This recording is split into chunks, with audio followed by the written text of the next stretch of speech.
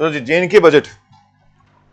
जैसे union budget हर साल सरकार पास करती है फाइनेंशियल ईयर के लिए 26-27, जो कि 1 अप्रैल को शुरू होगा और अगले साल 31 मार्च को खत्म होगा, वैसे ही हर साल स्टेट्स भी अपने एरिया के लिए बजट पास करती हैं। तो सेंट्रल गवर्नमेंट का बजट सेंट्रल मिनिस्ट्रीज के लिए होता है, ministry of home, ministry of finance, ministry of agriculture, national level पे। जो स्टेट का बजट होता है वो स्टेट के लिए होता है, वो खर्चा सिर्फ स्टेट में होगा।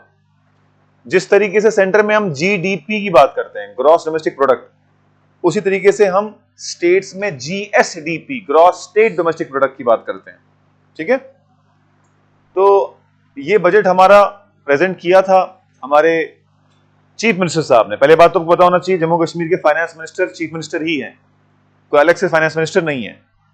तो अभी ये बजट पास नहीं हुआ है, चल रहा है। अब बजट सेशन खत्म हुआ 19 फरवरी को, 19 या 20 फरवरी को, दोबारा रिज्यूम होगा 24 मार्च को। तो 31 मार्च से पहले पहले इसको पास कर दिया जाएगा और आने वाले फाइनेंशियल ईयर 26-27 के लिए रिलेवेंट रहेगा ये। सबसे पहले हम कुछ की फीचर्स जान लेते हैं बजट के, जो आपको रटे हुए होने चाहिए। जो बजट का टोटल रिसीट और टोटल एक्सपेंडिचर है वो है 1,13,767 करोड़। क्या बोलते हैं 67 को? स्टार्ट। 1,13,660 करोड़, यही एक्सपेंडिचर, टोटल रिसीट है एक्सपेंडिचर। तो ये आपको पूछेगा आपका कितना बजट है भाई हमारा, आप बोलोगे 1,13,767 करोड़। ये एग्जैक्ट फिगर आपको आना चाहिए।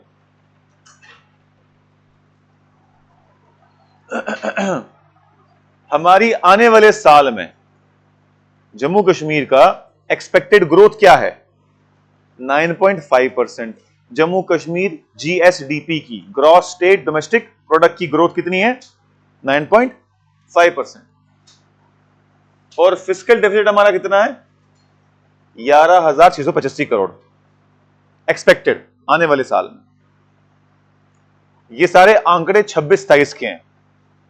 ठीक है, और एक है capex contribution to GDP. Capex होता है कैपिटल एक्सपेंडिचर, और कैपिटल एक्सपेंडिचर होता है कोई ऐसा एक्सपेंडिचर जिससे हमारा एसेट क्रिएट हो या हमारी लायबिलिटी कम हो। ये मैंने आपको यूनियन बजट में बड़े डिटेल में पढ़ाया हुआ है। गुड आफ्टरनून पल्लवी, रितु, मिताली, जीनत अख्तर, वालेकुम अस्सलाम। स्मिताली वर्मा पूछ रही है सर फंडामेंटल राइट्स कब स्टार्ट होंगे? हमारे पॉलिटी तो है ही नहीं सिलेबस में फाइनेंस में, और अगर आप फाउंडेशन के बच्चे हैं तो फाउंडेशन में हो चुकी है पॉलिटी, दोबारा रिपीट हो जाएगी अगर आपको करनी होगी तो। ठीक है, अच्छा, हमारे टोटल बजट में से कैपिटल रिसीट, यानी वो पैसा जिससे हमारी एसेट कम हो या लायबिलिटी बढ़े, 23,000 करोड़ है। ये आंकड़े आपको रटे हुए होने चाहिए क्योंकि डायरेक्ट सवाल यहां से आएगा डायरेक्ट। रेवेन्यू रिसीट, यानी जिस पैसे से ना तो कोई लायबिलिटी में फर्क आए ना एसेट में फर्क आए। मिसाल के तौर पर रेवेन्यू रिसीट में टैक्स आएगा, टैक्स वसूल करने से कोई लायबिलिटी या कोई एसेट पे फर्क नहीं पड़ता। टोल्स जो कलेक्ट होते हैं, फीस जो कलेक्ट होती है सरकारी दफ्तरों में, वो सब क्या है? Revenue receipt. फाइन्स जो कलेक्ट करती है आपकी पुलिस, सब रेवेन्यू रिसीट। अब अगर रेवेन्यू एक्सपेंडिचर की बात करें, सारे वो खर्चे जिससे सरकार का ना तो एसेट पे फर्क पड़ा ना तो लायबिलिटी फर्क पड़ रहा है। मिसाल के तौर पे जम्मू कश्मीर सरकार अपने एम्प्लॉयज को सैलरी दे रही है, तो सैलरी क्या सरकार के सर पे कोई लायबिलिटी थी? नहीं, हमने काम किया उसके बदले में पैसा मिला। जैसे अगर आप घर में मजदूर हायर करते हो, तो अगर घर में मजदूर आता है, उसकी जो आपको पेमेंट करनी होती है वो लायबिलिटी नहीं होती, वो उसने काम किया, उसकी पेमेंट कर रहे हो आप, है ना? तो इसीलिए जो भी चीज से एसेट या लायबिलिटी क्रिएट ना हो वो क्या है? Revenue expenditure. अच्छा, कैपिटल एक्सपेंडिचर देख लो। अब गवर्नमेंट बोल रही है कि भाई हम हॉस्पिटल नया बनाएंगे, तो एसेट क्रिएट हो रहा है, तो कैपिटल एक्सपेंडिचर में आएगा। गवर्नमेंट बोल रही है हम रोड बनाएंगे, टनल बनाएंगे, स्कूल बनाएंगे, कॉलेज बनाएंगे, वो सब क्या है? उससे एसेट क्रिएट हो रहा है ना, तो कैपिटल एक्सपेंडिचर। ठीक है, ये लिख दिया सबने? सारे आंकड़े हमारे इस साल का रेवेन्यू एक्सपेंडिचर 80,000 करोड़ है, 80,640 करोड़, और कैपिटल एक्सपेंडिचर 33,127 करोड़। ठीक है, आगे बढ़े।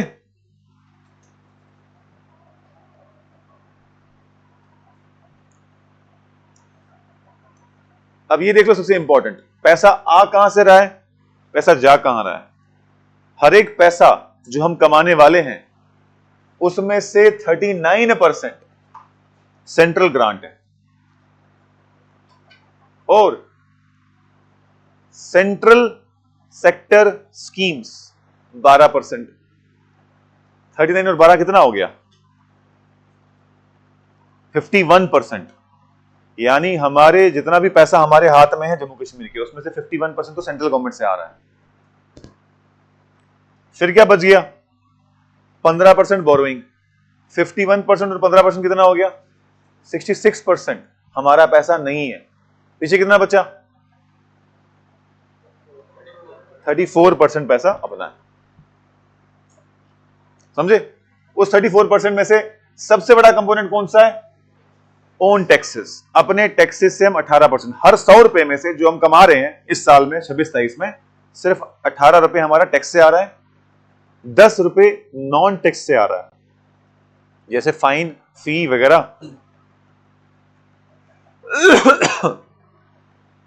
कैपिटल रिसीट, हमने किसी को लोन दिया हुआ है उससे पैसा आ रहा है, हमने कोई एसेट बनाया हुआ है उससे पैसा आ रहा है।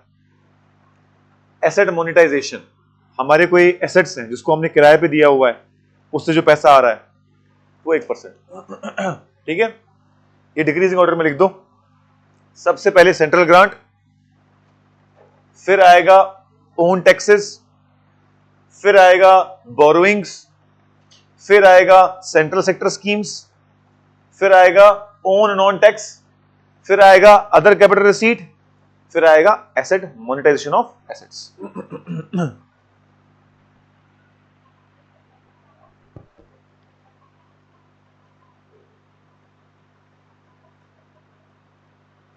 अब पैसा जा कहां रहा है, किधर जा रहा है, सबसे ज्यादा पैसा लग रहा है कैपिटल एक्सपेंडिचर में, यानी एसेट क्रिएट करने में या लायबिलिटी कम करने में। अगर हमारा पुराना कोई लोन था उसकी रिपेमेंट करो, वो भी कैपिटल एक्सपेंडिचर ही माना जाता है। या तो लायबिलिटी कम हो या तो एसेट बढ़े, तो लायबिलिटी कम करने के लिए, एसेट क्रिएट करने के लिए कैपिटल एक्सपेंडिचर 29%। 22% कहां जा रहा है, सैलरीज में। 14% कहां जा रहा है, पेंशन में। यानी 36% पैसा हमारा सैलरी और पेंशन में जा रहा है। जितनी हमारी अपनी कमाई नहीं है उससे 2% ज्यादा सैलरी और पेंशन में जा रहा है। अपनी कमाई कितनी थी हमारी, 34%, और सैलरी पेंशन कितनी है, 36। हाल देख लो हमारी स्टेट का। अब बताओ सेंट्रल गवर्नमेंट से कोई खिलाफ खड़ा हो सकता है, मतलब अगर लड़ना है सेंट्रल गवर्नमेंट से डेमोक्रेटिक वे में, हमारे नेता कुछ कह सकते हैं सेंट्रल गवर्नमेंट को, अच्छा करो सेंट्रल ग्रांट, करो जाओ सैलरी पे कर दो अपनी। समझ गए ना।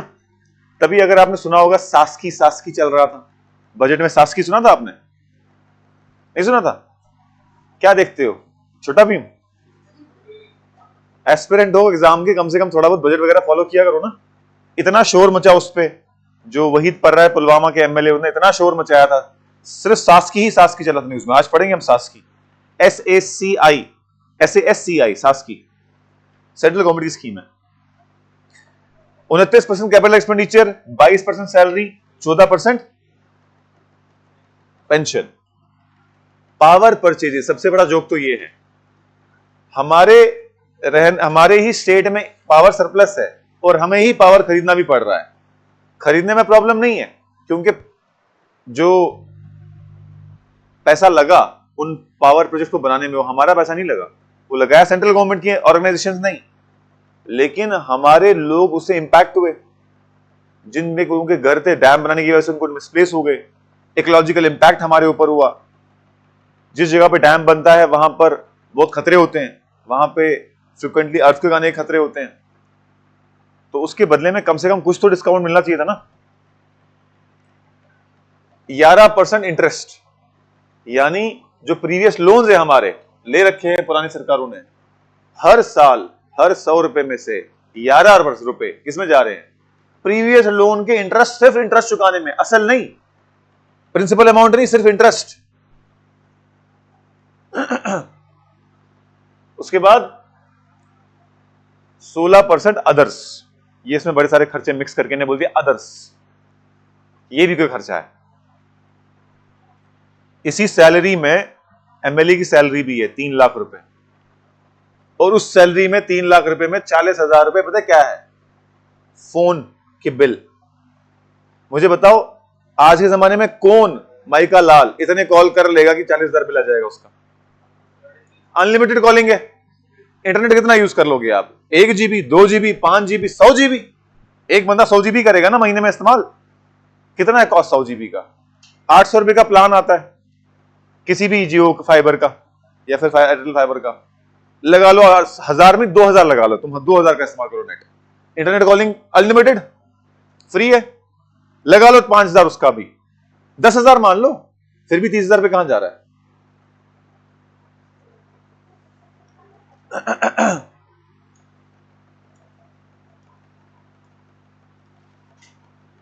सेक्टोरल एलोकेशन, किस सेक्टर को सबसे ज्यादा पैसा मिल रहा है? अब जो ये लाइट डार्क है, ये डार्क वाला है, वो बात कर रहा है रेवेन्यू एक्सपेंडिचर का, और जो लाइट है वो कैपिटल एक्सपेंडिचर का बात कर रहा है। सबसे ज्यादा revenue as well as capital expenditure लग रहा है इंफ्रास्ट्रक्चर सेक्टर पे। ये अच्छी बात है, इंफ्रास्ट्रक्चर क्रिएट होगा। उससे कम सोशल सेक्टर पे, उससे कम इकोनॉमिक सेक्टर पे, उससे कम एडमिनिस्ट्रेटिव सेक्टर पे। ये आंकड़े नोट्स में मेंशन्ड है, एक बार वहां से भी देख लेना, डिक्रीजिंग ऑर्डर में याद कर लेना। अगर बोलेगा कोई बताओ भाई कैपिटल एक्सपेंडिचर का डिक्रीजिंग ऑर्डर में बताओ, सबसे ज्यादा किस पे हुआ, फिर किस पे हुआ, फिर किस पे हुआ, तो लोगे इंफ्रास्ट्रक्चर सेक्टर पे, फिर इकोनॉमिक सेक्टर पे, फिर सोशल सेक्टर पे, फिर एडमिनिस्ट्रेटिव सेक्टर पे। लिखो डिक्रीजिंग ऑर्डर में। कैपेक्स, कैपेक्स होता है कैपिटल एक्सपेंडिचर, सबसे ज्यादा किस पे? इंफ्रा, फिर इकोनॉमिक, फिर सोशल, और फिर एडमिनिस्ट्रेटिव। ये आ गया कैपेक्स। और अगर आपको बोलेगा रेवेन्यू एक्सपेंडिचर, तो बस इन दो को आपस में चेंज करना है, सबसे ज्यादा इंफ्रास्ट्रक्चर, फिर सोशल, फिर इकोनॉमिक, फिर एडमिनिस्ट्रेटिव। ठीक है, लिखो ना, क्या सोच रहे हो उसको लिखो। सारे नोट्स पे मत डिपेंडेंट रहा करो। आपको पता है मेरे नोट्स पे टाइम लगता है आने में, आप तक तब तक भूल जाते हो आप।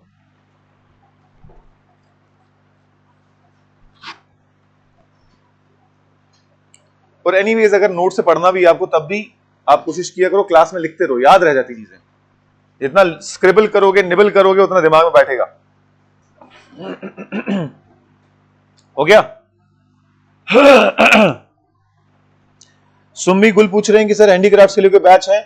अगर आप फाउंडेशन बैच के स्टूडेंट है तो आपको कोई और बैच लेने की जरूरत नहीं है, फाउंडेशन में कवर हो जाएगा वो। अगर आप FAA में है तो फिर आपको शायद कुछ कंपोनेंट के लिए अलग से करना पड़े। आगे बढ़े। अब आ गया सास की। सबसे पहले सास की और बहू की, इस बारे में आपको जानना पड़ेगा। सास की होता है special assistance to states for capital investment. अभी आप सर्च करना वहीद पर्रा सास्की, तो आपको उसकी स्पीच दिखेगी। सर ये सास्की आप किसके नाम पे ले रहे हैं? आप पूरे जम्मू कश्मीर को गिरवी रख रहे हैं। बड़ा जबरदस्त स्पीच थी वो, मजा आता है। थोड़ा इंटरेस्ट डाला करो इन चीजों में यार। वही बात है नाना पाटेकर की, क्यों जिए मालूम नहीं, क्यों मरे मालूम नहीं, आए और गए। हल्का फुल्का कुछ तो अंदाजा होना चाहिए कहां पर क्या चल रहा है, सेक्रेटरीट में क्या चल रहा है, पावर कॉरिडोर में क्या चलता है, कौन सेक्रेटरी होता है, कौन क्या करता है, कौन माइका लाल है, कौन तीसमार खान है। एटलीस्ट देखो, करने को तो कुछ खास कर नहीं सकते आप, जैसा चल रहा है वैसे ही चलेगा। At least you should understand the things कि चलती कैसे हैं, कि आपको चूना ना लगाए। ठीक है, आप भी बैठे हो, वो भी बैठे हैं, दोनों कर कुछ खास नहीं सकते आप, चीजों को चेंज नहीं कर सकते। लेकिन एक बंदा है जो न्यूज को सुना रही है वही सुनते जा रहा है। हाँ ऐसा ही होगा व्हाट्सएप यूनिवर्सिटी। एक बंदा उसको मालूम है कि हाँ आ गए ये लोग बात करने के लिए। तो special assistance to states for capital investment. ये दरअसल एक ऐसी स्कीम है जिसके तहत स्टेट्स को 50 साल के लिए इंटरेस्ट फ्री लोन दिया जाता है। सेंट्रल गवर्नमेंट देती है। कितने साल के लिए? 50 साल के लिए, ताकि वो क्या करे? किसमें? कैपिटल में इन्वेस्ट करें, रोड बनाए, ब्रिजेस बनाए, स्कूल बनाए, हाइड्रो पावर प्लांट बनाए, हार्ड एसेट। ये नहीं कि उसने शासकीय लिया और यहां चाय में खर्चा कर दिया। सर हमारे जो ये मिनिस्टर थे, इनको स्विट्जरलैंड जाना था देखने के लिए कि गुलमर्ग को कैसे डेवलप करना है। ये गए वहां पे, 5 स्टार मीटिंग की होटल में, फोटो खींचा, आगे वापस। इसके लिए नहीं, कैपिटल इन्वेस्टमेंट, कुछ क्रिएट होना चाहिए स्टेट में, उसके लिए पैसा मिलेगा। ये थोड़ा डिवीजन दी हुई उनने, डिजास्टर मिटिगेशन एंड रेस्टोरेशन के लिए इतना पैसा, unity malls in Jammu and Kashmir. पिछले वाले बजट में मैंने पढ़ाया है, ये यूट्यूब पे भी अवेलेबल है। यूनिटी मॉल दरअसल ऐसे मॉल्स है जहां पर आर्टिस्ट अपना जाके, उनको जगह दी जाएगी, स्पेस दी जाएगी, वो अपना आर्ट डिस्प्ले करेंगे, बेचेंगे, पैसा कमाएंगे। कोई पेंटर है तो वो पेंटिंग बेचेगा, कोई सिंगर डांसर है तो सिंगिंग डांसिंग सिखाएगा, ठीक है, कोई हैंडीक्राफ्ट करता है तो हैंडीक्राफ्ट करेगा। उसके लिए 200 को, ये पिछले बजट में अनाउंस हुआ था, इस बजट में पैसा इसका ला रहे हैं। GIS based planning and urban reforms. GIS based क्या होता है? GIS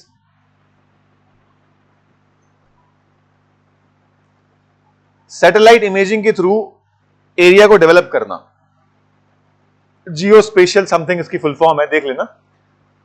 जितना भी अर्बन एरिया जम्मू कश्मीर के हैं, मेनली जम्मू और श्रीनगर, उस एरिया की टोपोग्राफी को देखते हुए उस एरिया को डेवलप करना सैटेलाइट इमेजिंग के थ्रू, ताकि नेचुरल वाटरवेज को डिस्ट्रॉय ना किया जाए, जो नेचुरल इकोसिस्टम का बैलेंस है उसको जितना जिस हद तक हो सके बैलेंस किया जाए। आजकल आप देखोगे बड़ी बड़ी पहाड़ियां कट रही हैं, चौवादी और उस तरफ, ये पहाड़ी है,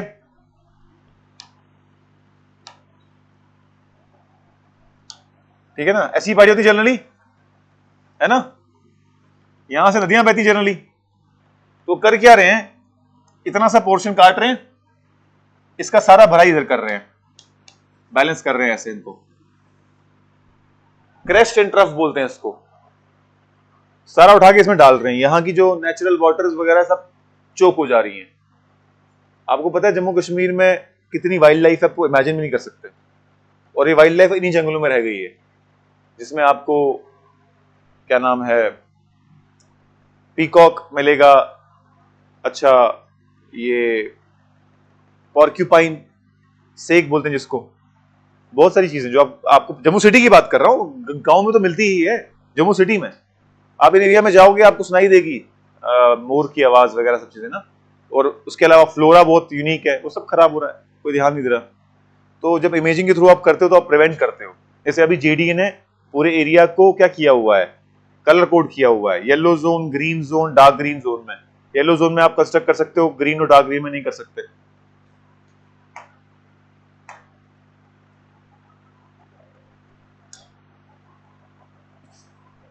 पब्लिक फाइनेंशियल मैनेजमेंट रिफॉर्म्स, ये PFMS जो है आपके अकाउंट्स में है। ये किरण सर ने बोला है मुझे पढ़ाना है, तो शायद मुझे पढ़ाना पड़ेगा। तो वहां हम डिटेल में पढ़ेंगे कि किस तरीके से आप पेमेंट को रियल टाइम में सेटल करते हो। पॉइंट A से पॉइंट B तक पेमेंट जानी है, तो उसके लिए इंफ्रास्ट्रक्चर चाहिए आपको, ऑनलाइन इंफ्रास्ट्रक्चर, उसके लिए पैसा दिया जा रहा है। 100 crore for mining sector reform. Mine mafia आपको पता ही है, हर जगह पे माइन माफिया बहुत खतरनाक होता है, चाहे सैंड माइनिंग बोल लो, चाहे कोई मिनरल माइनिंग बोल लो, उसके लिए 100 करोड़ रुपए दिया जा रहा है। उसके अलावा डिजिटल लैंड रिकॉर्ड्स, हमारे सारे लैंड रिकॉर्ड्स को डिजिटाइज किया जा रहा है। Cyber treasury and RBI linked accounts, RBI के थ्रू सारे सरकारी अकाउंट्स को लिंक किया जा रहा है, जो RBI की गाइडलाइन के तहत। SNA स्पर्श, स्पर्श होता है समयोचित प्रणाली एकीकृत शीघ्र हस्तांतरण। क्या है? समयोचित प्रणाली एकीकृत शीघ्र हस्तांतरण। आसान भाषा में, जब सेंटर से स्टेट को पैसा जाए तो रियल टाइम में चला जाए। यह स्कीम आम इंसान के लिए नहीं है, सेंट्रल गवर्नमेंट और स्टेट गवर्नमेंट के बीच में जो पेमेंट जाती है उस रियल टाइम में जाए, उसको कहते हैं SNA स्पर्श, ठीक है। Direct benefit transfer setting, direct benefit का मतलब होता है अगर आप एक बेनिफिशियरी हो किसी स्कीम के तो आपके अकाउंट में पैसा आएगा, आपको सब्सिडाइज नहीं मिलेगा, आपको लेना मार्केट रेट पर ही है, लेकिन आपको रियल टाइम में आपके अकाउंट में पैसा आ जाएगा। एग्रीकल्चर में क्या रिफॉर्म कर रहे हैं? सबसे पहले तो universal digital farmer coverage by March 2027, यानी सारे फार्मर्स तक डिजिटाइजेशन पहुंचाई जाएगी। हर फार्मर रजिस्टर्ड होगा, ऑनलाइन एक्सेस उसके पास होगा, जिससे वो देख सकेगा सरकारी स्कीमें कौन सी हैं, मैं किस स्कीम के लिए एलिजिबल हूं, मुझे क्या लोन मिल सकता है, मैं कहां से फर्टिलाइजर उठा सकता हूं। डिजिटाइज करना कहने की बात है, हर कोई इंसान टैक्सी भी कहां होता है। अब आपके पेरेंट्स में से कितने सारे लोग सरकारी मुलाजिम रिटायर हुए होंगे या होंगे, उनको ही आज तक इस्तेमाल करना था प्रॉपर्ली, तो ये कैसे करेंगे बेचारे। डिजिटल क्रॉप सर्वे, ये याद रखना कि भाई सारे फार्मर को डिजिटली कवर कब तक करेंगे? मार्च 2027 तक। डिजिटल क्रॉप सर्वे कितने विलेजेस में? 1800 विलेज। कितने विलेज में? याद रखना 1800 विलेजेस में। 10.55 lakh agriculture plots mapped. Agriculture plots को मैपिंग करते हैं, फिर देखते हैं किसकी जमीन है, ये किस किस्म के क्रॉप के लिए सही है, यहाँ पर कितना पानी अवेलेबल है, कितना बारिश होती है, वगैरह वगैरह। इरिगेशन 16,000 हेक्टेयर्स को इरिगेशन मिलेगी एश्योर्ड। आपको पता है जम्मू कश्मीर में बहुत सारा प्रॉब्लम हो रहा है पानी का। अनंतनाग वगैरह डिस्ट्रिक्ट में, कुलगाम में पानी नहीं है, तो एग्रीकल्चर कैसे प्रैक्टिस करोगे? ऑयल सीड मिशन पिछले सारे बजट में भी था ये। ऑयल सीड क्या है? दरअसल इंडिया अपने ऑयल कंजम्पशन वाला ऑयल, एडिबल ऑयल को भी इंपोर्ट करता है बाहर से, पाम ऑयल वगैरह, है ना। मलेशिया से हम पाम ऑयल इंपोर्ट करते हैं, सस्ता होता है, नॉर्मली नहीं इस्तेमाल होता, लेकिन जो चिप्स, लेस, आइसक्रीम तक, चॉकलेट तक में ये सब पाम ऑयल इस्तेमाल होता है। आप आज की डेट में एक्सपेरिमेंट करना, कोई भी कंपनी की आइसक्रीम लेना और उसको ऐसे ही छोड़ देना, कप, आइसक्रीम कप लेके छोड़ देना जब तक वो पिघल ना जाए। जब पिघल जाएगी और उसको 1-2 दिन हो जाएंगे तो उसके अंदर से वो ऑयल बाहर आ जाएगा। आप ऐसे करोगे तो प्रॉपर ऑयल निकलेगा उसमें से। तो जो आइसक्रीम आप खाते हो उसमें मिल्क सॉलिड्स सबसे कम होते हैं, सिर्फ सिंथेटिक चीजें होती है और पाम ऑयल होता है। इसे जब लेस खाओगे अगली बार तो पलट के देखना, उसमें लिखा होता है पाम ऑयल। बहुत नुकसानदेह है, लेकिन सस्ता है तो उसी में सारे कंपनियां बनाती हैं। तो हम कोशिश कर रहे हैं कि हमें इंपोर्ट ना करना पड़े। हम 3 लाख हेक्टेयर्स जमीन को ऑयल सीड की प्लांटेशन के लिए इस्तेमाल करेंगे। अब ऑयल सीड में ग्राउंडनट ऑयल होता है, ऑयल सीड में सनफ्लावर ऑयल होता है, ठीक है ना। सिमिलरली मस्टर्ड सीड्स होते हैं, उसमें से ऑयल निकलता है, बहुत सारी चीज होती है, ये सब आप खा सकते हो, ये बेनिफिशियल भी है। क्या है इसका एम? ध्यान से पढ़ो। रिड्यूस एडिबल ऑयल इंपोर्ट्स, ताकि इंपोर्ट डिपेंडेंसी कम हो जाए, मलेशिया से हम पाम ऑयल ना लाएं, यहीं पर बन जाए कुछ। 20 ईटीटी लेबोरेटरीज, ईटीटी होती है एम्ब्रियो ट्रांसफर टेक्नोलॉजी। क्या होता है? आईवीएफ, इन विट्रो फर्टिलाइजेशन, सुना आपने? तो ऐसी लेबोरेटरीज एस्टैब्लिश की जा रही हैं जहां पे ये आईवीएफ और ईटीटी टेक्नोलॉजी चल पाए, ताकि जो पशु है, होता क्या है, मान लो आपको अच्छी ब्रीड निकालनी है, चाहे गाय की, चाहे घोड़े की, चाहे भैंस की। आपको पता है भाई, फॉर एग्जांपल स्विट्जरलैंड की गाय बहुत प्रोडक्टिव है, तो वहां से वो सीमन कलेक्ट करके लाएंगे और यहां गाय में इंजेक्ट करेंगे, उसको कहते हैं आईवीएफ। और फिर उसी जो एम्ब्रियो बनेगा वो एम्ब्रियो ट्रांसफर टेक्नोलॉजी। अभी टेक्निकल काम है, काफी टेक्नोलॉजी चाहिए इसके लिए। उसके लिए लैब्स क्रिएट की जा रही है, 20 सारे डिस्ट्रिक्ट में क्रिएट की जा रही है, मतलब बोला जा रहा है, पता नहीं क्रिएट होंगी कि नहीं होंगी। फिलहाल 3 जगह को आइडेंटिफाई किया है, बारामूला, राजौरी और गांधरबल। इन जगहों पर ईटीटी लैब बनाई जाएगी। क्या होता है ETT lab? Embryo transfer technology. Mushroom farming, house hold and cluster based mushroom enterprise, घर घर में मशरूम फार्मिंग एनकरेज की जाएगी। अगर आपको भी करनी है तो आप सरकार को बोलो हमें मशरूम फार्मिंग करनी है, आपके घर में आके सेटअप करके देंगे आपको, कहीं घर के बेसमेंट में या कहीं अंदर जगह पे आप मशरूम उगा सकते हैं। Hi-tech agriculture, expansion of hi-tech poly houses. Poly house समझते हो? आपने अक्सर देखा होगा किसी की एग्रीकल्चर लैंड पे वो प्लास्टिक का बना हुआ होता है, उसको पॉली हाउस कहते हैं। वो ग्रीन हाउस इफेक्ट को यूज करके ऐसी अंदर उगा रहे होते हैं जो चीज उस जगह पे उसके मौसम के हिसाब से नहीं हो सकती, तो कहते हैं पॉली हाउस। फॉर एग्जाम्पल अक्सर लोग पॉली हाउस लगाते हैं फ्लावर्स के लिए। आपको पता है फ्लावर्स का कितना बड़ा बिजनेस है, शादियों में, डेकोरेशन में, मंदिर में, इन सब जगहों पे फ्लावर्स का बड़ा काम है। तो अब बाहर से इंपोर्ट तो कर नहीं सकते, इनका शेल्फ लाइफ बहुत कम होती है, तो लोग पॉली हाउसेज में फ्लावर्स उगाते हैं। तो expansion of high tech poly house करने वाले हैं इस बजट में। क्रॉप इंश्योरेंस, वही प्रधानमंत्री फसल बीमा योजना को एक्सपैंड करेंगे और लोगों को प्रोवाइड करेंगे। Establishment of 2 additional centres of excellence for nursery development and planting material. Nursery तो देखी है आपने, जगह जगह पर आपको वो पनीरी बोलते हैं ना उसको, पनीरी। तो अलग अलग फसल की, अलग अलग प्लांट्स की आपको पनीरी मिलती है, आप वो घर जगह के लगा लेते हैं। तो नर्सरी का काम यही होता है। उसके लिए आप 2 सेंटर्स ऑफ एक्सीलेंस बनाएंगे, इसी साल किस जगह पे बनाएंगे बताया नहीं उन्होंने। Horticulture and life stock. Horticulture आपको बताइए क्या होता है, फ्रूट्स वगैरह, है ना। Medicinal and aromatic plants, medicinal plant जिसमें आपका लेवेंडर भी आ गया, जिसमें आपका एलोवेरा आ गया, तुलसी आ गया, नीम आ गया, ये सब मेडिसिनल प्लांट है। उसके लिए कमर्शियल कल्टीवेशन शुरू की जाएगी और फिर फॉरेस्ट नर्सरीज भी बनाई जाएंगी। अब फॉरेस्ट का जो फ्लोरा है वो यूनिक है, वो तो फॉरेस्ट में ही मिलता है। इनफैक्ट अगर आप आज की डेट में हनी ढूंढने जाओगे, जो फॉरेस्ट हनी होता है उसका टेस्ट बहुत स्ट्रांग होता है, वो डिफरेंट होता है, क्योंकि फिर जो हनी बीज हैं वो फॉरेस्ट के फ्लोरा से लाती हैं हनी, उसका टेस्ट अलग होता है। एक होता है सुलई हनी जिसको जीआई टैग भी मिला है।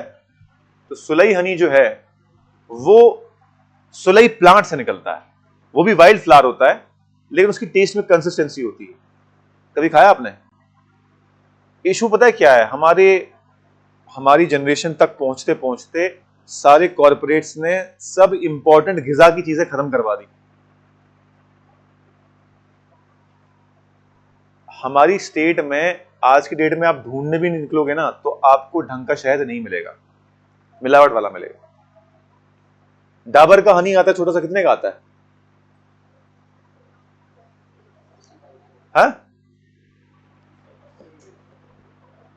किलो कितने का आता है डाबर का? 300-400 का मिल जाता है। अमेज़न खोलने की जरूरत नहीं, मैं बता रहा हूं आपको। एक्चुअली रियल से रियल हनी सिर्फ हार्वेस्ट करते ही कम से कम 600-700 का मिलेगा आपको।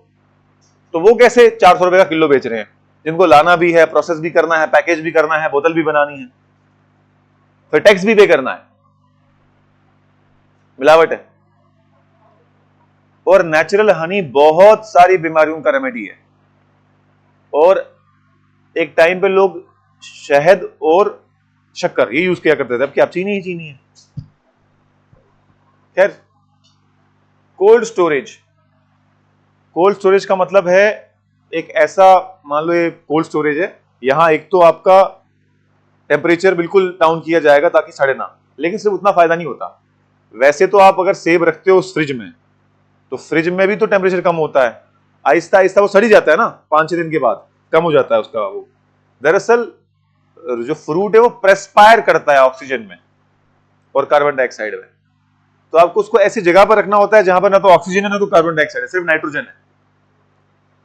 एयर की पता है ना आपको कंपोजिशन, सबसे ज्यादा नाइट्रोजन, फिर ऑक्सीजन, फिर कार्बन डाइऑक्साइड।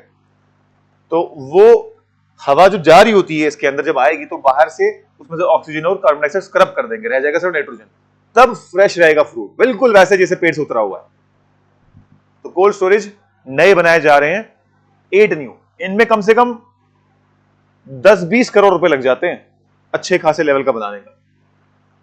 तो गवर्नमेंट बनाएगी और लोग उसको इस्तेमाल करेंगे, अपनी फसल को वहां रखेंगे ताकि उनकी शेल्फ लाइफ कम ना हो जाए। Horticulture mega fruit nursery at Chakroi. कहां है चक्रोई? हाँ, आरसपुरा की साइड है ना। फ्रूट नर्सरी का क्या मतलब है? जहां पे फ्रूट प्लांट्स की नर्सरी बने। नर्सरी हो गया भाई नॉर्मल फ्लावर है, स्नेक प्लांट है, एलोवेरा है, लेमन ग्रास है, तो वो अलग हो गया। ये हो गया फ्रूट नर्सरी, फ्रूट के प्लांट्स की नर्सरी, वहां आपको फ्रूट के प्लांट्स मिलेंगे। इसमें टारगेट है कि 5 लाख सैपलिंग्स एनुअली निकालेंगे ताकि लोगों को बांटे, वो अपने घरों में लगाएं। और 386 नर्सरीज को ऑपरेशनलाइज करें। Dairy sector 4000 dairy cooperative societies बनाना चाह रहे हैं। कोऑपरेटिव सोसाइटी समझते हो क्या होता है? हर इंसान मालिक होता है, हर फार्मर मालिक है। वहां पर ये नहीं कोई बंदे ने बिजनेस खोला तो आओ अपना दूध दो निकलो, नहीं। फार्मर मिले 10 फार्मर, उन्हें बोला चलो हम अपना ब्रांड बनाते हैं, हम 10 इस कंपनी में मिल्क सप्लाई करेंगे, इसका एक नाम रखेंगे, इसकी पैकेजिंग होगी, हम मार्केट में बेचेंगे। जैसे अमूल जो है वो कोऑपरेटिव है, वो सिर्फ किसी की एक की संपत्ति नहीं है, उसमें हर फार्मर मालिक है, हर फार्मर को प्रॉफिट मिलता है, जितने लोग भी इन्वॉल्व हैं। वैसे 4000 डेयरी कोऑपरेटिव यहां भी बनाना चाह रहे हैं। 4 बल्क मिल्क कूलर्स। पिछली बार इनने सतवारी में ultra high temperature milk processing की बात की थी, मुझे नहीं पता बना है कि नहीं बना है, पिछले बजट में वो बात की थी। इस बार बोला 4 मिल्क कूलर्स। पिछली बार इन्हें गर्म किया, ठंडा कर रहे दूध। सोचो 2025 में इन्हें गर्म कर लिया था दूध बजट में, अब बोला गर्म ज्यादा हो गया, अब ठंडा करें। 200 मिल्क ओचिल यूनिट्स, ठीक है।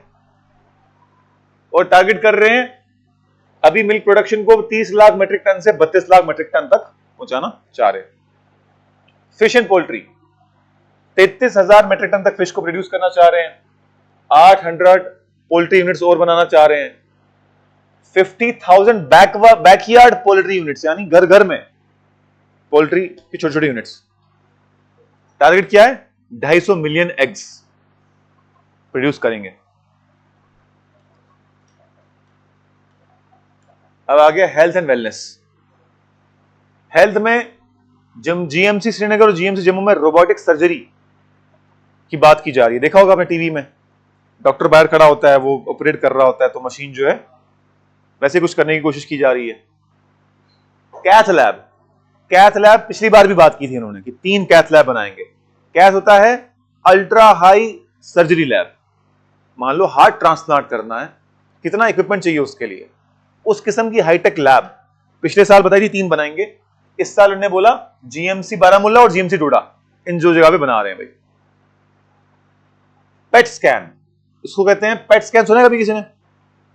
Positron emission tomography scan. ये दरअसल हार्ट डिजीज, कैंसर डिटेक्शन के लिए काम आता है। जैसे एक्सरे होता है, सीटी स्कैन होता है, एमआरआई होता है, वैसे पेट स्कैन भी होता है। इसमें heart disease, mental disease, cancer को डिटेक्ट करने के लिए किया जाता है। ये भी जीएमसीज में सब जगह लाने की कोशिश कर रहे हैं ताकि हर जीएमसी में ये हाईटेक पेट स्कैन हो। 50 एआई एनेबल्ड एक्सरे मशीन। नई एक्सरे मशीन, आपको पता है टेक्नोलॉजी बड़ी बढ़ चुकी है, तो एक्सरे मशीन्स एआई एनेबल्ड लाएंगे।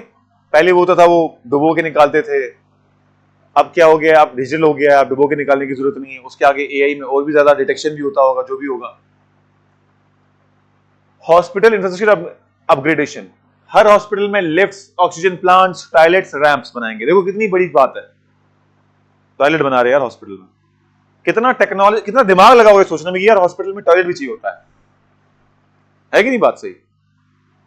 क्या रेवोल्यूशनाइज बजट है ये। चलो ऑक्सीजन समझ में आता है, प्लांट होना चाहिए, वो हमें समझ में आया ड्यूरिंग कोविड की हर सरकारी अस्पताल में ऑक्सीजन प्लांट होना चाहिए, बाहर से बताने की जरूरत ना पड़े। लिफ्ट भी समझ में आता है कि यार अब जो छोटे मोटे हॉस्पिटल है वहां लिफ्ट नहीं है, अगर मरीज को एक फ्लोर से दूसरे फ्लोर ले जाना है तो कैसे ले जाएंगे? रैंप और टॉयलेट, इसके लिए कोई बहुत ही खतरनाक बंदे ने सर सीएम साहब को रिकमेंडेशन दी कि सर आपको बताया हॉस्पिटल में टॉयलेट बना, क्या बात है सर, ये बनाने से उछल रहे हैं। New health infrastructure 13 critical care blocks. Critical care हो गया वही आईसीयू, निकू समझते हो ना, नियोनेटल आईसीयू। जो नवजात शिशु होते हैं उनका तो बेचारों का मुंह इतना सा होता है, उस पर कैसे लगाएंगे वो, तो उनके लिए अलग से छोटे छोटे कैबिन्स बने होते हैं। अगर कोई न्यूली बॉर्न बच्चे को कुछ परेशानी है, कोई मसला है, कोई इलनेस है, तो उसको फौरन उस कैबिन में डाल दिया जाता है, वहां रखते हैं, उसका टेम्परेचर कंट्रोल होता है। तो क्रिटिकल केयर ब्लॉक्स नए बनाए जा रहे हैं। अब कहां कहां बनाएंगे ने बताया नहीं। 111 ब्लॉक पब्लिक हेल्थ यूनिट्स, हर ब्लॉक्स में नए 111 पब्लिक हेल्थ यूनिट्स बनाए जाएंगे। 10 डिस्ट्रिक्ट पब्लिक हेल्थ लैब्स, हर जगह पर, हर डिस्ट्रिक्ट, 10 डिस्ट्रिक्ट में डिस्ट्रिक्ट पब्लिक हेल्थ लैब बनाएंगे। अदर इनिशिएटिव क्या है? कैंसर प्रेवलेंस रिसर्च, कि भाई जम्मू कश्मीर में जो कैंसर केसेस बढ़ रहे हैं, पता है आपको सबसे ज्यादा कैंसर किसके हैं? मेन में सबसे ज्यादा कैंसर है लंग्स का, वुमेन में सबसे ज्यादा कैंसर है ब्रेस्ट का। ये दो सबसे कॉमनली प्रेवलेंट कैंसर है जम्मू कश्मीर में, जम्मू कश्मीर की बात कर रहा हूं। तो उस पर रिसर्च की जाएगी, क्या है, क्या मसला है, कैसे प्रिवेंट किया जा सकता है, क्या लाइफस्टाइल चेंजेस हो सकती है, वगैरह वगैरह। 10 mobile dental units. Mobile dental units का मतलब हो गया मोबाइल वैन टाइप है, गांव गांव जाके लोगों के दांत उखाड़ रही है, ठीक है।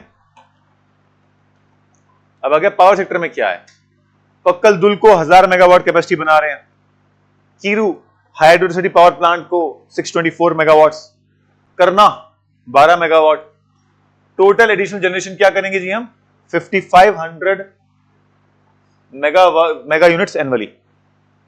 पावर प्रोडक्शन को बढ़ाया जा रहा है ताकि जो इंक्रीजिंग पावर डिमांड है हर साल बढ़ रही है उसको केटर किया जा सके। Renewable energy 100 megawatt solar power addition 2026-27। Direct सवाल आ सकता है, the government recently set a target of dash units to be added via renewable energy for the year 27-28। क्या है, 100 मेगावाट। पीएम सूर्य घर योजना 2,22,000 AAY हाउस होल्ड। पता है AAY हाउस होल्ड क्या होता है, अंत्योदय योजना, पुअरेस्ट ऑफ द पुअर होता है ना कोई। मतलब आप देखते हो कि यार इसके पास कुछ है ही नहीं भाई, टूटा फूटा झोंपड़ा है, बस वो कुछ नहीं है इसके पास, कहते हैं AAY, अंत्योदय योजना, poorest of the poor scheme. इनके घर पे लगाया जाएगा solar power plant, 2 kilowatt solar systems, 200 units free electricity per month for 20 years. कह रहे हैं जिसके घर में कम से कम 2 किलोवाट का सोलर सिस्टम लगा होगा उसको मिलेगी 200 यूनिट फ्री बिजली। ये इलेक्शन मैनिफेस्टो में नहीं बताया गया था, बोला था मिलेगी। बोला हमने तो ये कहा था कि पहले सोलर पावर प्लांट लगाओ फिर मिलेगी। इलेक्ट्रिसिटी रिफॉर्म्स, 100% स्मार्ट मीटरिंग, घर घर स्मार्ट मीटर लगेगा लेकिन फिर भी बिजली जाएगी। पावर बैंकिंग पॉलिसी, आपके घर पे सरप्लस पावर प्रोड्यूस हो रही है, अगर आपने सोलर पावर प्लांट लगाया हो तो आप उसको बेच सकते हो। एनर्जी ट्रैकिंग सिस्टम, वो तो हो ही गया। आप अपने, अगर आपके घर में स्मार्ट मीटर लगा है तो आप जम्मू पावर डेवलपमेंट कॉर्पोरेशन की ऐप पे जाओ और देखो कि आज की डेट में मेरे कितना पावर कंजम्पशन हुआ, बता देगा आपको। टूरिज्म एंड कल्चर, अमरनाथ यात्रा इंफ्रास्ट्रक्चर को अपग्रेड किया जा रहा है, 180 करोड़ रुपए दिए जाएंगे। एनवायरमेंटल इंफ्रास्ट्रक्चर, गुलमर्ग में सीवरेज प्लांट लगाया जा रहा है, जरूरत भी है। किसी भी टूरिस्ट प्लेस पे चले जाओ वहां आपको बाथरूम की जो जरूरत मिलेगी, तो सीवरेज प्लांट बनेगा तो लोकली ट्रीट होगा सीवेज और एनवायरमेंट को इंपैक्ट कम होगा। एनवायरमेंटल इंफ्रास्ट्रक्चर एट सोनमर्ग, अब उसका क्या मतलब इन्हें बताया नहीं एनवायरमेंटल इंफ्रास्ट्रक्चर का। Tourism expansion, water sports, water sports पहले डल में ही होते थे, अब वुल्लर में भी होंगे, मानसबल में भी होंगे, बनी में भी होंगे, भसोली में भी होंगे। मानसबल में मैं होके आया हूं, वहां तो चश्ती भी चलना मुश्किल है, तो पता नहीं और क्या चलाएंगे। Sports tourism, Kashmir marathon, Jammu marathon कर ही रहे हैं। पता है आपको जो ये ग्लैडिएटर्स का नाम सुना आपने, ग्लैडिएटर्स कहां होते थे, ये रोम में। तो जब भी जनता को लगता था कि यार एक किंग जो है ना इसने हालत खराब कर दिया, पीने को पानी नहीं है, कुछ नहीं है, ये नहीं है, वो अनाउंस कर देता था कि भाई ग्लैडिएटर्स का शो शुरू किया जाए, ताकि लोगों का ध्यान वहां भटक जाए, तो असली इश्यूज भूल जाए लोग। अब लोग मैराथन में भागते रहेंगे तो कहां याद आएगा क्या इशू एक्चुअली है। अगर वो भी ट्रिक नहीं किया तो पुरानी ट्रिक है, हिंदू मुस्लिम फसाद करवा दो, तो लोग वहां बिजी हो जाएंगे, कौन पूछेगा। ज्यादा कोई पूछने भी लगा तो पीएसए लगा देंगे, खत्म बात। Heritage conservation, heritage restoration project completed, 33 heritage conservation project को कंप्लीट किया गया है। 73 प्रोजेक्ट फेज 2 में है और 281 प्रोजेक्ट फेज 3 प्रोजेक्ट में आएंगे। बहुत सारे हेरिटेज हैं, मुबारक मंडी, अमर सिंह महल, बड़े सारे किले हैं कठुआ में, सांबा में, भद्रवाह में, इन जगहों पे उनको रिस्टोर करेंगे। Other cultural initiative, Nishad garden, Mughal garden restoration, पता नहीं क्या रेस्टोरेशन करनी थी, ठीक तो है, अच्छे खासे हैं, कभी खराब ही नहीं हुए। SPS museum Srinagar modernisation, museum को मॉडर्नाइज करोगे क्या, म्यूजियम में चीजें ही पुरानी होती हैं, तो क्या मॉडर्नाइज करोगे वहां पर उसको।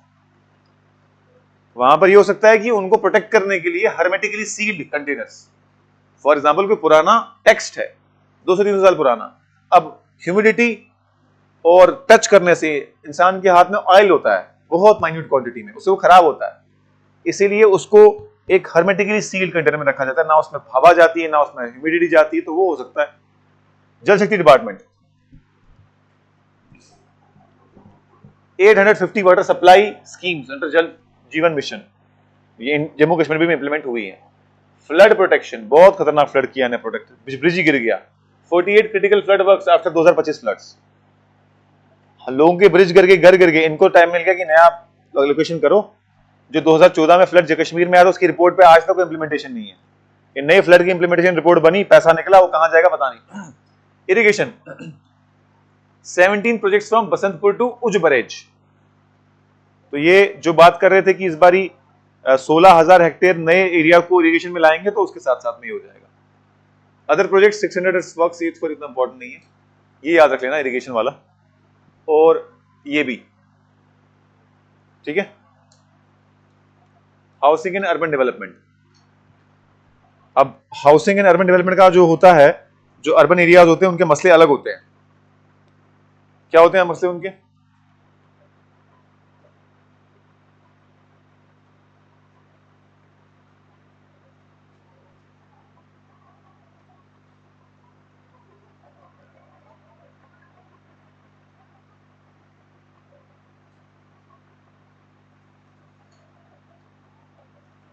बताओ, अर्बन एरिया के क्या मसले होते हैं?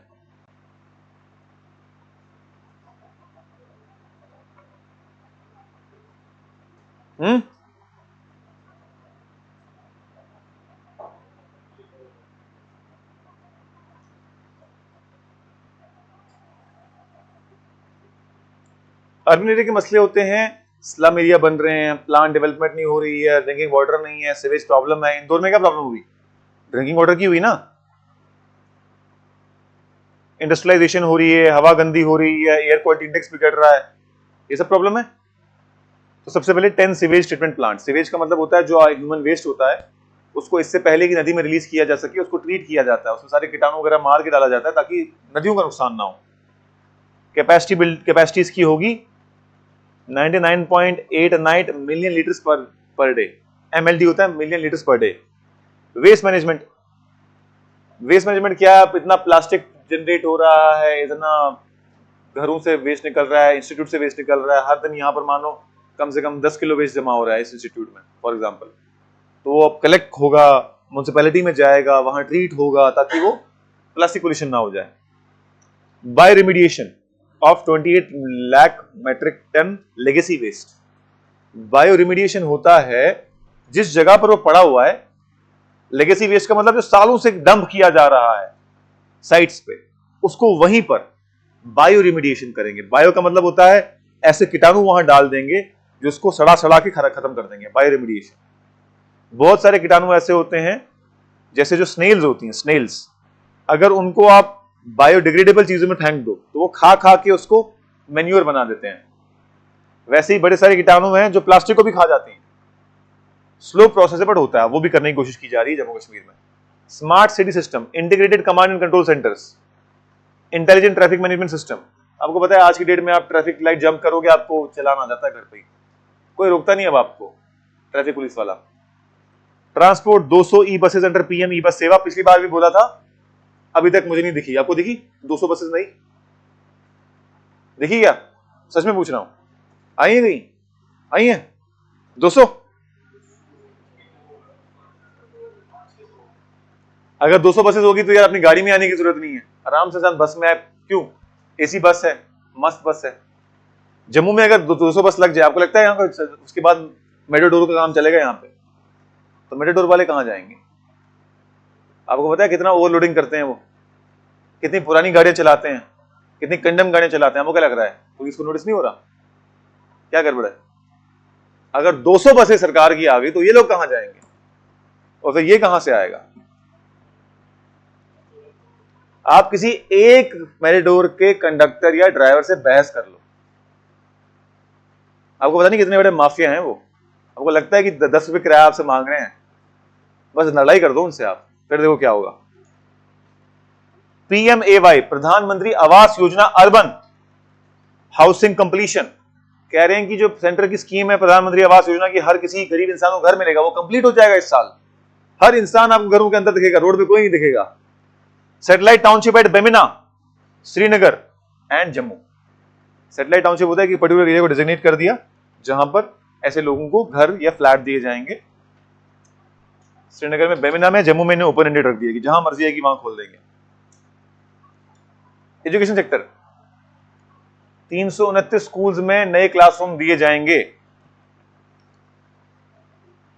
400 एडिशनल क्लासरूम अंडर समग्र Shiksha. Samagra Shiksha central sponsored scheme है।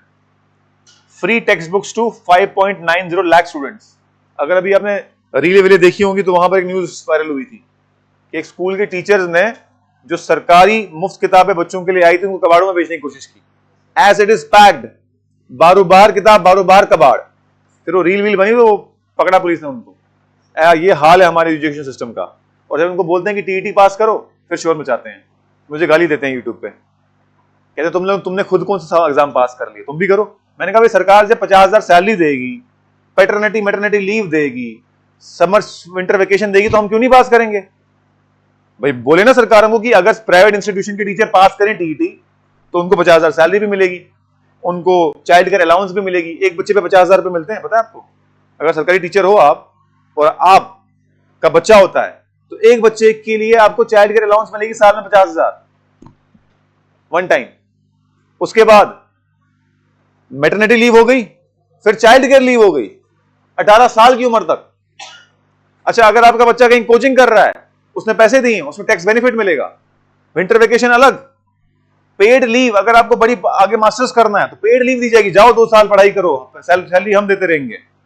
तो दो ना भाई, हम तो खुश हैं, ये तो बड़ा अच्छा फायदा है। उसके बाद अभी 8th पे कमीशन, 50,000 सैलरी सीधे 80,000। तो ये हो गए, इनको लग गया जंग। तो सरकारी स्कूल वाले हैं ना, इनको बोलो तुम इतने अच्छे हो ना, हम आंखें बंद करते हैं, तुम एक स्कूल बता दो, वहां जाके पूछ लेते हैं तुम्हारे टीचर से तुम्हें कितना आता है।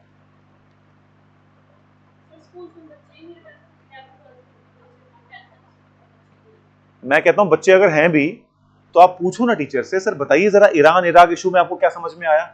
अच्छा वो भी छोड़ो, ईरान की 4 सिटीज का नाम बता दो आप। ज्योग्राफी वाले टीचर से ही पूछ लेंगे और किसी से नहीं, जिसने मास्टर्स किया होगा ज्योग्राफी में। बता दो सर जरा, सर ईरान की जो ये न्यूक्लियर वेपन है ना, इसकी 4-5 सिटी बता दो कहां रखते हैं ये लोग। पिछले 2 महीने से लगातार न्यूज में आ रहा है ना। अगर आप ना भी चाहते हो कि आपकी आंखों से तो गुजरा ही होगा। ये तो बड़ा सवाल हो गया, मुश्किल सवाल। एनसीईआरटी, 6ठी क्लास के एनसीईआरटी से बता दो तुम कोई सवाल उठाने का। एनसीईआरटी पढ़ी नहीं होगी कभी उनने। 2015 के रिक्रूटमेंट में लोगों ने एग्जाम क्वालिफाई किया था, चलो ठीक है, उसका मैं मानता हूं, उनसे ना भी लिया जाए तो ठीक है, उन्हें तो जेके से भी क्वालिफाई करके गए थे ना वो। अभी तो रमजान आ गया, थोड़ा मैं एनर्जी मेरी डाउन होगी, तभी मैंने उस नैरेटिव को थोड़ा कम कर दिया। अभी रमजान खत्म होने दो आप, फिर देखो कितने जोरों शोरों से टीईटी पास करवाएंगे इनको। Digital education, 589 ICT lab, information and communication technology lab, जहां कंप्यूटर होगा, इंटरनेट होगा, जिसमें बच्चे जाके कर पाएंगे। 1640 स्मार्ट क्लासरूम, ऐसे ही क्लासरूम, ये एलईडी लगी है, क्लासरूम लगा है, तो ऐसे नए क्लासरूम सरकारी स्कूल में बनाए जाएंगे। 500 अटल टिंकरिंग लैब। ये अटल टिंकरिंग लैब बहुत पुरानी स्कीम है, इसको नीति आयोग देखती है। हर स्कूल में एक ऐसी लैब बनाई जाती है जो क्यूरियोसिटी उजागर करे बच्चों के अंदर, साइंस के ऊपर, टेक्नोलॉजी, मैथ्स के ऊपर, ठीक है ना। इसमें वही एक्सपेरिमेंट होते हैं, सेल्स को ऑब्जर्व करते हो आप टेलीस्कोप के अंदर, केमिकल रिएक्शन छोटी मोटी करते हो, वो सब चीजें होती हैं। Innovation and science, 289 VR labs, virtual reality labs. आपको समझना है हिमालय को, आपने गेयर लगाया और हिमालय आपके सामने आ गया, तो आप ऑब्जर्व कर रहे हो उसको। ये मुझे लगता है ये सिर्फ पेपर पे रह जाएगा, इतना तड़ तो नहीं है इनकी जो ये कर पाएंगे यार। सिर्फ प्राइवेट नहीं किया, तुम कहां से करोगे? वीआर हेडसेट ही जो है वही 50,000 रुपए का आता है। 188 एस्ट्रोफिजिक्स लैब्स, एस्ट्रोनॉट बना रहे हैं बच्चों को यार। सोचो, इंसान लिखे भी तो यार कुछ सोच समझ के लिखे कि यार बच्चों को बजर भी तो होना चाहिए। 100 science centres. Higher education, RFID digital library and NDLI access. RFID होता है रेडियो फ्रीक्वेंसी आईडी, मतलब आप अगर आप सरकारी ये लाइब्रेरी से किताब लोगे तो आपका RFID टैग होगा, स्कैन करोगे उसको तो आपके जो कार्ड्स मिलेंगे लाइब्रेरी में आपको, उससे इंश्योर होगा किताबें चोरी ना हो। Roof top solarisation of university, 7 new girls hostel, वही जो सेंट्रल गवर्नमेंट की स्कीम की चिपका दी इनने। यहाँ पे सेंट्रल गवर्नमेंट की स्कीम थी ना हर डिस्ट्रिक्ट में, बस बोला हमारी है। हाँ हमने किया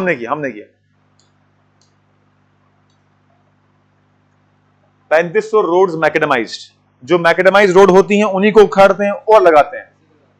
अच्छा खासा था अप्सरा रोड, तोड़ के जबरदस्ती वो ईंटें लगवा दी वहां पे छोटी मोटी।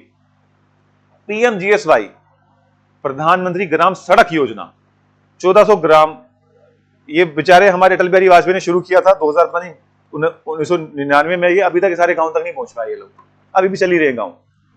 7000 रोड्स अंडर PMGSY बनाए गए, इसका 13,200 करोड़ कॉस्ट आया। Industries and mining,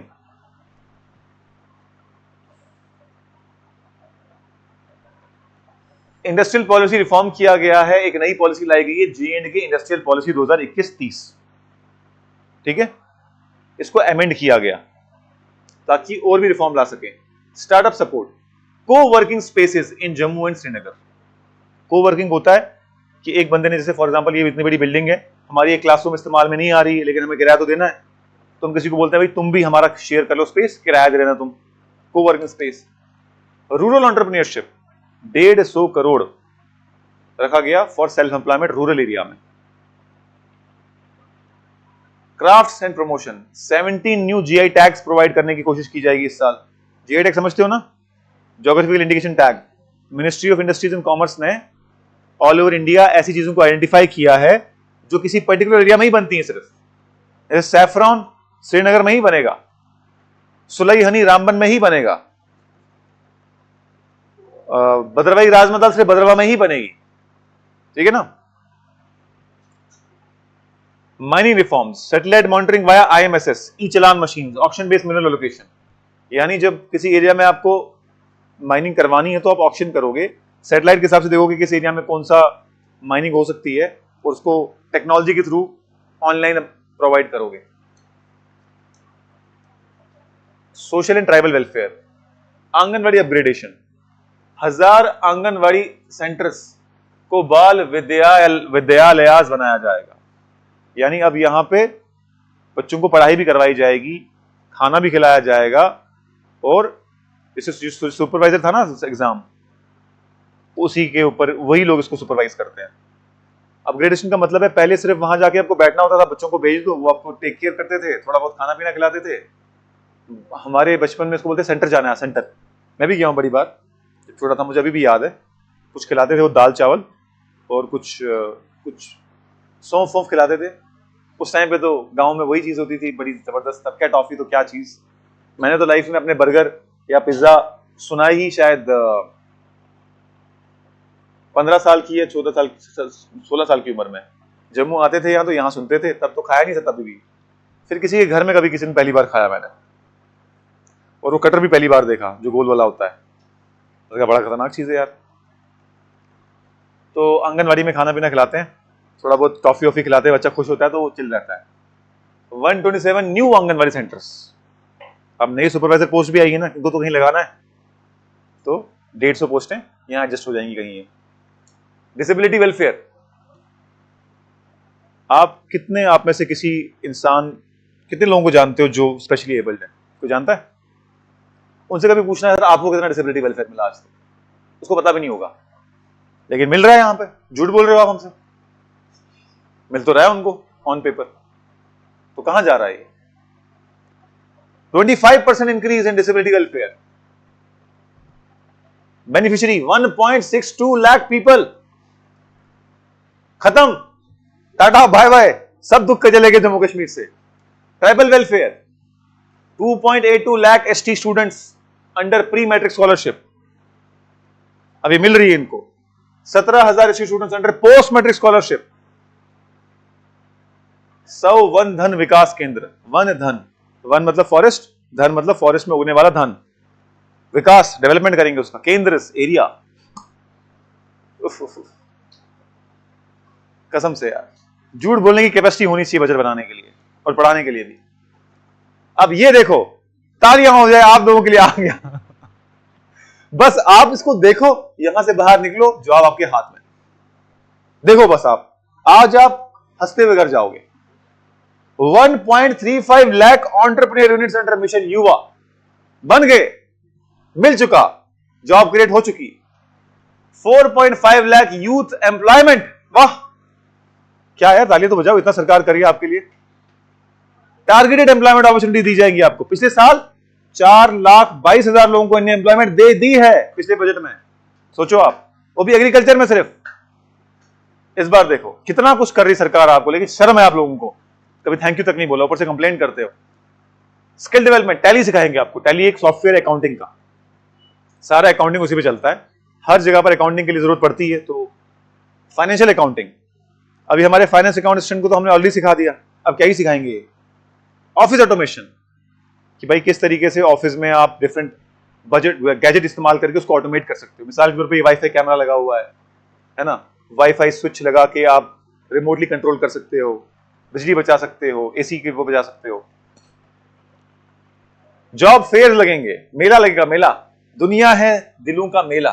job affairs, job affairs, fairs नहीं, जॉब अफेयर्स है ये।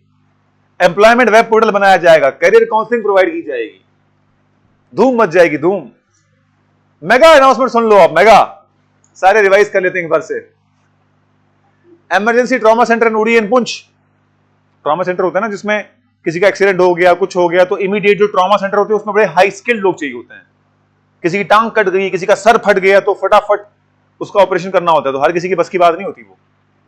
तो ट्रॉमा सेंटर्स मेन दो ही हैं पूरे जम्मू कश्मीर में, एक हिसाब से देखा जाए तो, जो सही है, जीएमसी जम्मू और जीएमसी श्रीनगर, और शायद सौरा भी होगा। सौरा में डोगरी वाला सौरा नहीं बोल रहा, सौरा हो गया, सौरा नाम है हॉस्पिटल का श्रीनगर में। हाँ, स्किम्स, डिफरेंटली एबल, फ्री बस travel for differently able persons. लेकिन अब मुझे पता नहीं कि ये जम्मू के मेट्रो वाले मानेंगे कि नहीं मानेंगे। ये सिर्फ 200 बसेस में होगा, जो भी दिख नहीं रही हैं। बोला देखो उनकी गलती है नहीं, उन्होंने बोला हम फ्री करेंगे, लेकिन बसेस ही नहीं तो करें कैसे फ्री। हमने तो बोला कि बसेस आ जाएंगे तो हम कर लेंगे। एक डिपार्टमेंट बोलेगा बसेस अभी आई नहीं है, दूसरा बोलेगा हमने तो पैसे दे दिए हैं, तीसरा बोलेगा कॉन्ट्रैक्ट निकाला हुआ है, चलता रहेगा काम ऐसे ही।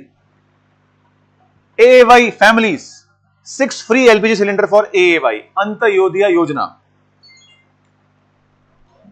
ठीक है ना, इनके लिए 6 फ्री सिलेंडर्स दिए जाएंगे इनको। AAY student, fee reimbursement for AAY students, अगर इनने फी पे कर दी है सरकारी स्कूल में, सरकारी कॉलेज में, इनको रीइंबर्स किया जाएगा। Orphan support, support for 6000 orphans. अब क्या सपोर्ट है ये, क्या पीठ पे थपथपाना है ये, कि पैसा है, कि जॉब है, कि स्कूल है, कि यूनिफॉर्म है, क्या है। Handicraft and industries, unity mall के बारे में मैंने बता दिया आपको, ठीक है ना। खुश हो गए, देखो कितना कुछ हो रहा है हमारी स्टेट में। ये फैक्ट्स हैं लास्ट में, ये याद कर लेना। चिल, मिल्क ओ चिल। आप तो सुनने में आपको लगता है, मुझे बोलने में कितना एफर्ट लगता है, सोचो आप, इतना कुछ हो रहा है हमारी स्टेट में। हो यार, कुछ भी बोलो, आपके बच्चों तक ना हमारी स्टेट रिफॉर्म कर गई होगी, तब 200 बसेस आ चुकी होंगी। ये लिख लो, अब लास्ट फैक्ट्स पढ़ा दिया सारा मैंने ये।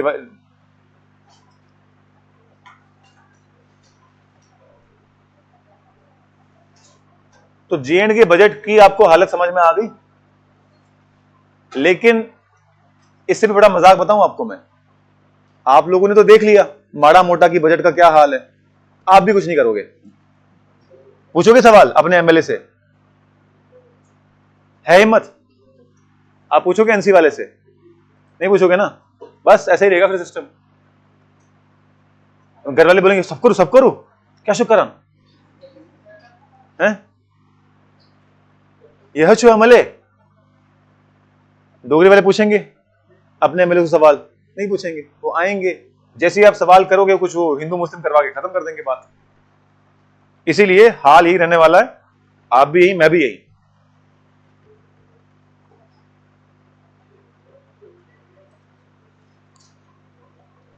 मैं तकरीबन 7-8 दिन रहा असेंबली में, हर दिन अंदर एक दूसरे को गाली देते हैं, बाहर ऐसे कंधे पे हाथ रख के चलते हैं, खाना साथ में खाते हैं, चाय साथ में पीते हैं।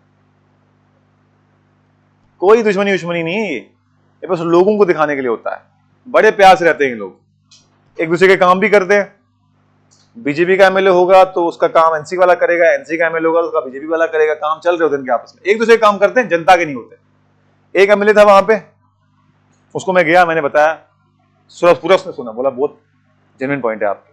मैं खुश हो गया यार, बंदा ने समझा। फिर 2 मिनट बाद दूसरा बंदा उसको आया उसने बताया उसको, बोला बहुत जेन्युइन पॉइंट है आपके। मुझे समझ में आई, वो हर किसी को यही लाइन चिपकाता है, बहुत जेन्युइन पॉइंट है आपके।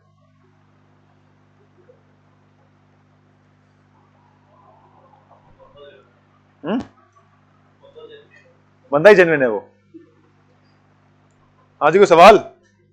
जो ऑनलाइन देख रहे हैं, मिल गई जॉब आपको कि नहीं?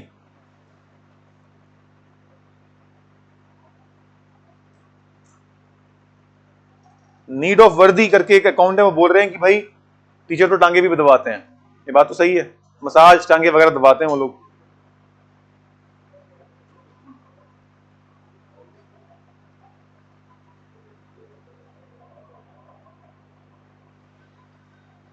ठीक है जी, thank you, all the best.